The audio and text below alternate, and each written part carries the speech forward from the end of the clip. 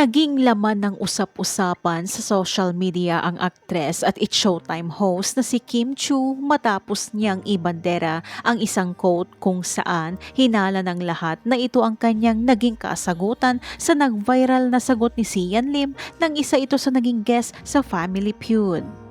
Mabilis kasing nag-viral ang mga naging kasagutan ni Sian na halos lahat umano ng mga katanungan ay tugma sa naging kontrobersyal na pinagdaanan ng aktor nitong nagdaang taon, katulad na lamang ang naging issue sa hiwalayan nila ni Kim Chiu. Sa dinugtungan ni Sian na katanungan, "Uy mare, narinig mo na ba ang chismis si kumpare blank?" Sagot ni Sian dito, nangaliwa. Uy, mare, narinig mo na ba ang chismis? Si kumpare, blank. Sian. Nangaliwa!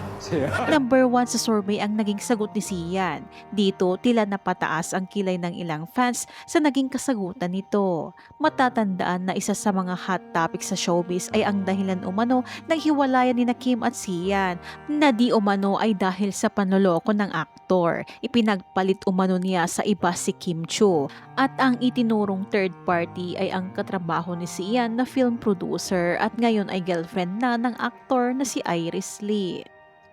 Ganun pa man ay kaagad namang pinabulaanan ng aktor na walang nangyaring panloloko sa naging relasyon nila ni Kim Chiu at never na naging third party si Iris. Pero hindi pa rin nawala ang galit ng ilang fans ni Kim Chiu sa aktor, lalo na sa segment ng Family Feud kung saan siya ay guest ay binigyan ng kahulugan ng fans ang mga naging kasagutan ni Sian, lalo na at tungkol ito sa isang relasyon at ex. Kung kaya't inuugnay nila kay Kim Chiu ang mga ito. Natanong sa mga players ang masaya ka ba sa piling ng pinili mo. Unang naitanong ito kay Colin Garcia, pero nagbigay rin si Sian ng kanyang umanong point of view. Naging pahayag ni Sian, "Gusto ko ring mag-contribute from a guy's point of view naman. Pag nakasalubong mo ex mo, you should say na, I hope you do find that happiness that it is you're looking for. Ganun lang dapat masaya, diba? Dapat masaya kayo para sa isa't isa."